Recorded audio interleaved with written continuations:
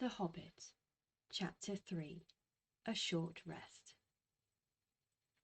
They did not sing or tell stories that day, even though the weather improved, nor the next day, nor the day after that. They had begun to feel that danger was not far away on either side. They camped under the stars, and their horses had more to eat than they had, for there was plenty of grass, but there was not much in their bags, even with what they had got from the trolls. One morning they forded a river at a wide shallow place, full of the noise of stones and foam. The far bank was steep and slippery. When they got to the top of it, leading their ponies, they saw that the great mountains had marched down very near to them. Already they seemed only a day's easy journey from the feet of the nearest. Dark and drear it looked, though there were patches of sunlight on its brown sides, and behind its shoulders the tips of snow peaks gleamed. "Is that the mountain?" asked Bilbo in a solemn voice, looking at it with round eyes. He had never seen a thing that looked so big before. "Of course not," said Balin. "That is only the beginning of the Misty Mountains, and we have got to get through, or over, or under those somehow, before we can come into Wilderland beyond. And it is a deal of a way even from the other side of them to the Lonely Mountain in the east, where Smaug lies in our treasure." "Oh," said Bilbo, and just at that moment he felt more tired than he ever remembered feeling before. He was thinking once again of his comfortable chair before the fire in his favourite sitting room, in his hobbit hole, and of the kettle singing. Not for the last time either. Now Gandalf led the way. "We must not miss the road, or we shall be done for," he said. "We need food for one thing, and rest in reasonable safety. Also, it is very necessary to tackle the Misty Mountains by the proper path, or else you will get lost in them, and have to come back and start at the beginning again, if you ever get back at all." They asked him where he was making for, and he answered, "You are to come to the very edge of the Wild. As some of you may know, hidden somewhere ahead of us is the fair valley of Rivendell, where Elrond lives, in the last homely house. I sent a message by my friends, and we are expected." That sounded nice and comforting, but they had not got there yet, and it was not so easy as it sounds to find the last homely house west of the mountains. There seemed to be no trees and no valley and no hills to break the ground in front of them. Only one vast slope going slowly up and up to meet the feet of the nearest mountain. A wide land, the colour of heather and crumbling rock, with patches and slashes of green grass and moss green showing where water might be. Morning passed, afternoon came, but in all the silent waste there was no sign of any dwelling. They were growing anxious, for they saw now that the house might be hidden almost anywhere between them and the mountains.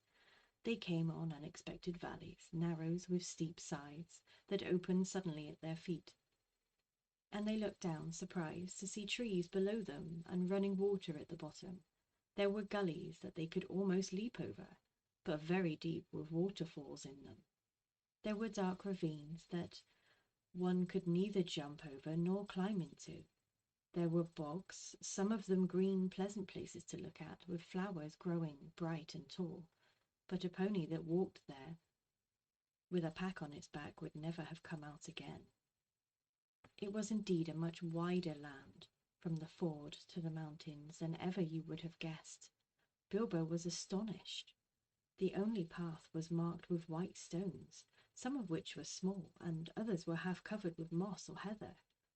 Altogether it was a very slow business following the track, even guided by Gandalf, who seemed to know his way about pretty well. His head and beard wagged this way and that as he looked for the stones, and they followed his lead. But they seemed no nearer to the end of the search when the day began to fail. Tea time had long gone by, and it seemed supper time would soon do the same. There were moths fluttering about, and the light became very dim, for the moon had not risen. Bilbo's pony began to stumble over roots and stones. They came to the edge of a steep fall in the ground so suddenly that Gandalf's horse nearly slipped down the slope. "Here it is at last," he said, and the others gathered round him and looked over the edge. They saw a valley far below. They could hear the voice of hurrying water in a rocky bed at the bottom. The scent of trees was in the air, and there was a light on the valley side across the water. Bilbo never forgot the way they slithered and slipped in the dust down the steep zigzag path into the secret valley of Rivendell. The air grew warmer as they got lower, and the smell of the pine trees made him drowsy, so that every now and again he nodded and nearly fell off, or bumped his nose on the pony's neck. Their spirits rose as they went down and down. The trees changed to beech and oak, and there was a comfortable feeling in the twilight. The last green had almost faded out of the grass when they came at length to an open glade not far above the banks of the stream. It smells like elves," thought Bilbo, and he looked up at the stars. They were burning bright and blue. Just then there came a burst of song, like laughter in the trees. "Oh, what are you doing, and where are you going? Your ponies need shoeing, the river is flowing. Oh, tra-la-la-lee, here down in the valley. Oh, what are you seeking, and where are you making? The faggots are reeking, the bannocks are baking. Oh, trilly-lolly, the valley is jolly. Oh, where are you going, with beards all a-wagging? No knowing, no knowing, what brings Mr. Baggins, all Balin and Dwalin. Oh, will you be staying, or will you be flying? Your ponies are straying, the daylight is dying. To fly would be folly, to stay would be jolly, and listen and hark till the end of the dark to our tune, ha-ha!" So they laughed and sang in the trees, and pretty fair nonsense, I dare say you think it. Not that they would care. They would only laugh all the more if you told them so. They were elves, of course. Soon Bilbo caught glimpses of them as the darkness deepened. He loved elves, though he seldom met them. But he was a little frightened of them too. Dwarves don't get on well with them. Even decent enough dwarfs like Thorin and his friends think them foolish, which is a very foolish thing to think, or get annoyed with them, for some elves tease them and laugh at them, and most of all at their beards.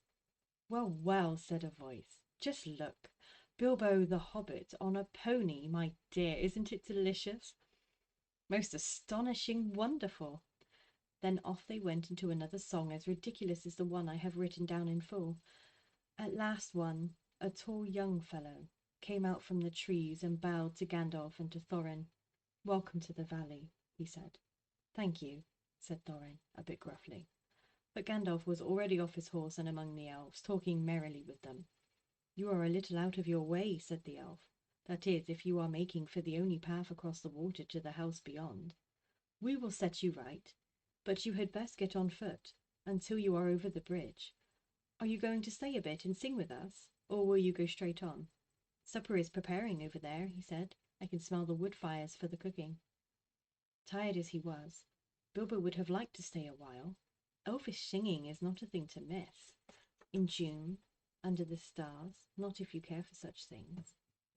Also, he would have liked to have a private few words with these people that seemed to know his names and all about him, although he had never seen them before. He thought their opinion of his adventure might be interesting. Elves know a lot and are wondrous folk for news, and know what is going on among the peoples of the land as quick as water flows or quicker. But the dwarfs were all for supper as soon as possible just then, and would not stay. On they all went, leading their ponies, till they were brought to a good path, and so at last to the very brink of a river. It was flowing fast and noisily, as mountain streams do on a summer evening, when sun has been all day on the snow far up above. There was only a narrow bridge of stone without a parapet, as narrow as a pony could well walk on, and over that they had to go, slow and careful, one by one, each leading his pony by the bridle. The elves had brought bright lanterns to the shore, and they sang a merry song as the party went across. "Don't dip your beard in the foam, father," they cried to Thorin, who was bent almost onto his hands and knees. "It is long enough without watering it." "Mind Bilbo doesn't eat all the cakes," they said. "He is too fat to get through keyholes yet." "Hush, hush, good people, and good night," said Gandalf, who came at last. "Valleys have ears, and some elves have over-merry tongues. Good night." And so at last they all came to the last homely house, and found its door flung wide. Now it is a strange thing, but things that are good to have and days that are good to spend are soon told about, and not much to listen to, while things that are uncomfortable, palpitating, and even gruesome may make a good tale, and take a deal of telling anyway. They stayed long in that good house, 14 days at least, and they found it hard to leave. Bilbo would gladly have stopped there forever and ever, even supposing a wish would have taken him right back to this hobbit hole without trouble. Yet there is little to tell about their stay. The master of the house was an elf friend, one of those people whose fathers came into the strange stories before the beginning of history, the wars of the evil goblins and the elves and the first men in the north. In those days of our tale, there were still some people who had both elves and heroes of the north for ancestors, and Elrond, the master of the house, was their chief. He was as noble and as fair in face as an elf lord, as strong as a warrior, as wise as a wizard, as venerable as a king of dwarves, and as kind as summer. He comes into many tales, but his part in the story of Bilbo's great adventure is only a small one, though important, as you will see, if we ever get to the end of it. His house was perfect, whether you liked food, or sleep, or work, or storytelling, or singing, or just sitting and thinking best, or a pleasant mixture of them all. Evil things did not come into that valley. I wish I had time to tell you even a few of the tales, or one or two of the songs that they heard in that house. All of them, the ponies as well, grew refreshed and strong in a few days there. Their clothes were mended as well as their bruises, their tempers and their hopes. Their bags were filled with food and provisions, light to carry but strong to bring them over the mountain passes. Their plans were improved with the best advice. So the time came to Midsummer Eve, and they were to go again with the summer sun on midsummer morning. Elrond knew all about runes of every kind. That day he looked at the swords they had brought from the troll's lair, and he said, "These are not troll make. They are old swords, very old swords of the high elves of the west, my kin. They were made in Gondolin for the goblin wars. They must have come from a dragon's hoard or goblin plunder, for dragons and goblins destroyed that city many ages ago. This, Thorin, the rune's name Orcrist, the goblin cleaver in the ancient tongue of Gondolin. It was a famous blade. This, Gandalf, was Glamdring, foe hammer, that the king of Gondolin once wore. Keep them well." "Whence did the trolls get them, I wonder?" said Thorin, looking at his sword with new interest. "I could not say," said Elrond, "but one may guess that your trolls had plundered other plunderers, or come on the remnants of old robberies in some hold in the mountains of old. I have heard that there are still forgotten treasures to be found in the deserted caverns of the mines of Moria since the dwarf and goblin war." Thorin pondered those words. "I will keep this sword in honor," he said. "May it soon cleave goblins once again." "A wish that is likely to be granted soon enough in the mountains," said Elrond. "But show me now your map." He took it and gazed long at it, and he shook his head, for if he did not altogether approve of dwarves and their love of gold, he hated dragons and their cruel wickedness, and he grieved to remember the ruin of the town of Dale and its merry bells, and the burned banks of the bright river running. The moon was shining in a broad silver crescent. He held up the map, and the white light shone through it. "What is this?" he said. "There are moon letters here, beside the plain runes which say 5 feet high the door, and 3 may walk abreast."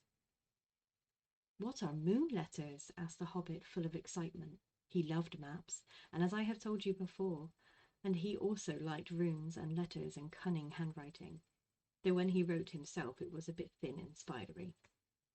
Moon letters are rune letters, but you cannot see them, said Elrond. Not when you look straight at them. They can only be seen when the moon shines behind them. And what is more, with the more cunning sort, it must be a moon of the same shape and season as the day when they were written. The dwarves invented them and wrote them with silver pens, as your friends could tell you. These must have been written on a midsummer's eve in a crescent moon, a long while ago. What do they say? Asked Gandalf and Thorin together, a bit vexed perhaps that even Elrond should have found this out first, though really there had not been a chance before, and there would not have been another until goodness knows when. Stand by the grey stone when the thrush knocks, read Elrond, and the setting sun with the last light of Durin's day will shine upon the keyhole. Durin, Durin, said Thorin. He was the father of the fathers of the eldest race of dwarves, the Longbeards, and my first ancestor. I am his heir. Then what is Durin's day? Asked Elrond. The first day of the dwarves' new year, said Thorin, is, as all should know, the first day of the last moon of autumn, on the threshold of winter. We still call it Durin's day when the last moon of autumn and the sun are in the sky together. But this will not help us much, I fear, for it passes our skill in these days to guess when such a time will come again. That remains to be seen, said Gandalf. Is there any more writing? None to be seen by this moon, said Elrond, and he gave the map back to Thorin. End of chapter 3.